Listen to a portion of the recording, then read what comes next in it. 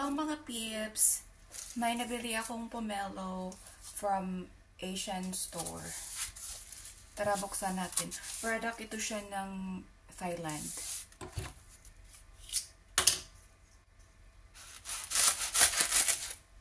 Sana meron na rin makarating dito na pomelo from the Philippines.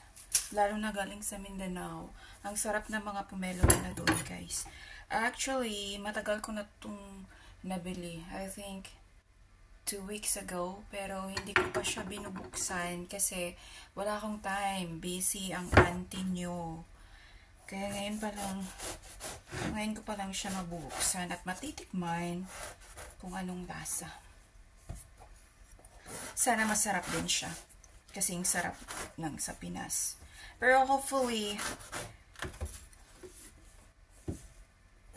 may makakarating dito na galing sa Pilipinas. Pati mga buko, panawagan ito ha sa mga malalaking business na galing dyan sa Pinas. Especially from Mindanao. Sana makarating din yung products niyo dito. Kasi pag sa Asian store, ang nakikita ko lang na product from the Philippines, yung talong. As in guys, pagkadating namin, hindi pa naman siya, like, mga around 12 noon, nakarating kami ng Asian store, wala na. Wala nang talong na from the Philippines. Super. Ang bilis maubos ng product from the Philippines. Pero sana, one of these days, mag-export na rin tayo dito. Hindi ako sure about exporting kasi kung yung mga pomelo ba na galing Mindanao, kung saan nila ini-export, dyan lang ba sa Asian countries or nakakarating din dito sa US. But so far, wala pa talaga akong nakita na product from the Philippines. Karamihan from Thailand, Vietnam, and other sa Latin America, mostly Latin America, nang gagaling ang products.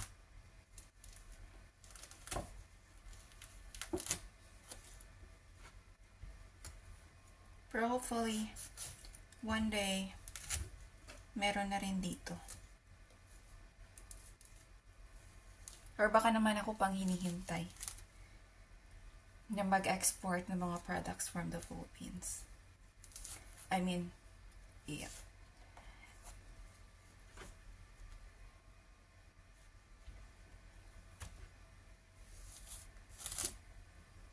Baka ito nang hinihintay ko na malakihang negosyo ang mag-export at mag-import. Sana lang, Lord God, ibibigay niya sa akin itong negosyong ito.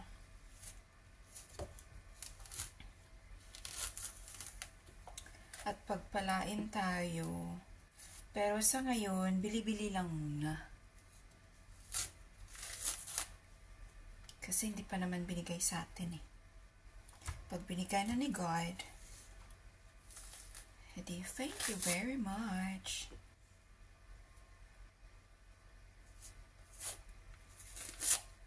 Nakakamiss kumain ng pomelo. So, eto na guys. Uhusgahan na natin.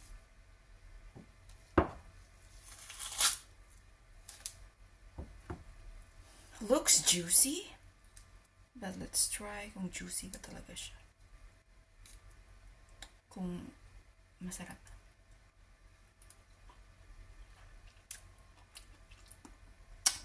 Matamis guys.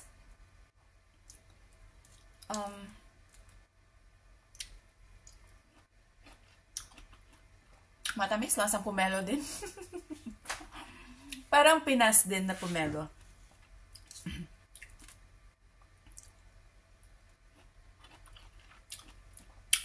But I'm still hoping na sana magkaroon na rin ng product dito from the Philippines. Especially yung mga fruits, vegetables. Ewan ko lang kung kaya ba. Fruit siguro, oo. Vegetables, I don't know. Baka kasi masira lang siya on the way dito. Guys, hindi pa ako nakapag-breakfast.